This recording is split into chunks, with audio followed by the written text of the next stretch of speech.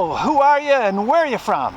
Yeah, hi, my name is Paul Mamakos. I'm originally grew up in New York on Long Island, but I live here in Brownsville, Boca Chica near SpaceX in Texas. In an earlier part of this story cycle project, I rode the length of Long Island. So, Awesome. So, and you said you work here?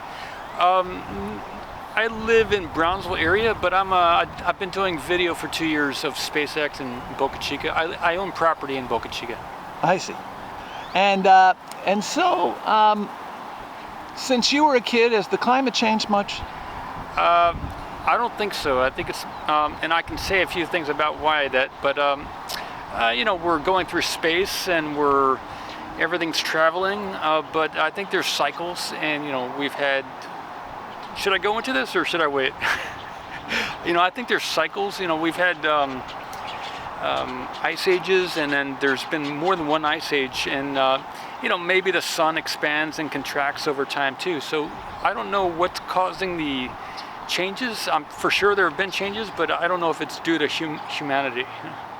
Okay. And then what about on an everyday basis? Do you think about it much? Say on a scale of 1 to 10, 10 being the most concerned, what do you? There may be localized events caused by maybe some HAARP or some other type of cloud seeding of different chemicals and stuff, which I've heard about, and I've seen some engineering around Antarctica. But I'm maybe a 3 on concern, maybe a 3 out of 10. And then finally, are you? Well, you know, before I ask that, this is an added one. Are they doing anything about climate change in this area? I mean, is there a lot of flooding or fish kills or? Well, sure. There's been some. A while back, there was a hurricane in the Boca Chica area, actually, and where Elon Musk has his SpaceX launch site now. And there used to be a town right there on the coast, and that got washed away in a big storm.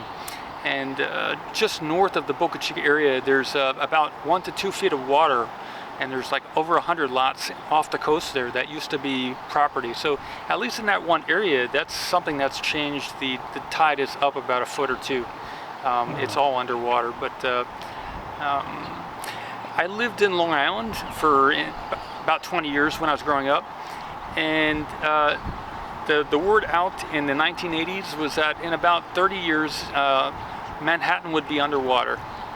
And so 80, 90, 2010, Manhattan still is above water. Long Island is still fine. The house I lived in along the coast there is still fine. So that was one of the reasons I moved to Virginia after around the age of 25 or so. But I think it was a bad move in some ways. It was a great move in other ways. But you know, the coast there is still fine. And then finally, what about the future? Are you a climate optimist or a climate pessimist? Well, or a pessimist about the climate? You don't have to be. Well, you know, I believe the Earth is alive. A lot of people are looking for life in space, and they're saying, "Is Earth the only planet where there's life?"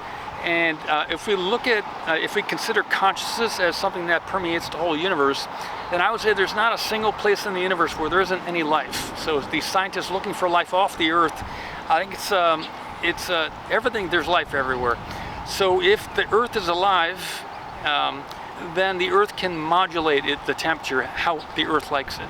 So I would say we may have areas where we do more pollution and stuff, we get localized changes, but overall I think the Earth has its own trajectory.